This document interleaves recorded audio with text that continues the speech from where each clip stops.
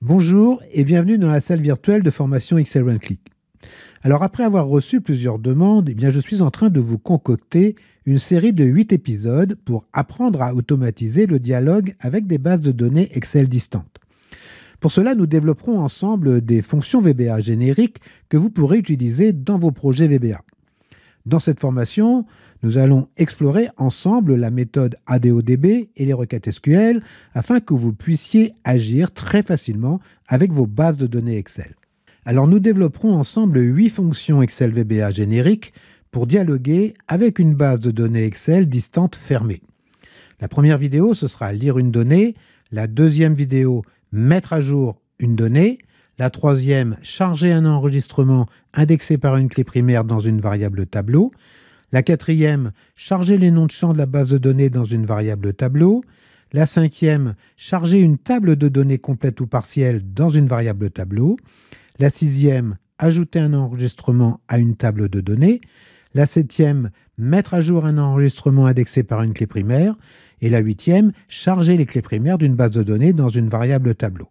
Donc voilà les 8 formations d'une durée moyenne de 20 minutes par vidéo que je vous propose donc gratuitement sur la chaîne et très bientôt. Alors je vous explique ici comment nous allons articuler notre base de données Excel et notre projet VBA pour pouvoir dialoguer avec un fichier Excel distant fermé à l'aide de la bibliothèque ADODB. Alors ADODB, cela veut dire ActiveX Data Object Database. C'est une bibliothèque de Microsoft permettant aux applications de se connecter et d'interagir avec des bases de données, y compris les fichiers Excel, SQL Server, Access et d'autres sources de données compatibles au LEDB. Elle est souvent utilisée dans VBA pour faciliter l'accès aux données externes sans avoir besoin d'ouvrir directement les fichiers Excel, ce qui peut accélérer les processus d'importation et d'exportation et de mise à jour des données. Dans la convention des fonctions Excel One Click, le répertoire principal, qui a souvent pour nom application, a pour argument P à string et fait référence à la variable publique pass. Dans ce répertoire principal, on trouve le projet VBA This Workbook. Le répertoire principal a une adresse relative par rapport au projet VBA et aura le nom de thisworkbook.pass, ce qui va faciliter l'implémentation de cette application sur n'importe quel serveur distant de votre machine. Optionnellement, des sous-répertoires qui auront pour argument mfold à string et qui feront référence à la variable myfolder. Optionnellement également, des sous-répertoires qui auront pour argument sfold à string et qui feront référence à la variable mysubfolder.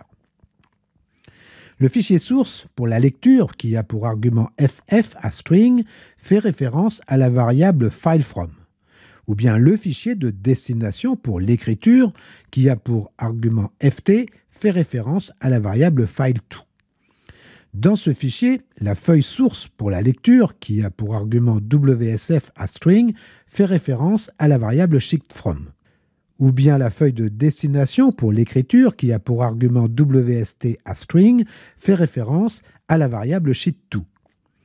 La ligne des noms de champs sera stockée dans une variable tableau headerTab. Le nom de champ de la clé primaire, lui, fait référence à la variable string headpk. Le tableau de données fait référence à la variable tableau datatab, qui est de type variant. Et la clé primaire, elle, fait référence à la variable string pk. Dans le Start Model Excel One Click et sa suite des fonctions, toutes ces variables sont publiques. Alors, je ferai un rappel de ces conventions dans chacun des 8 chapitres afin que vous puissiez vous familiariser avec.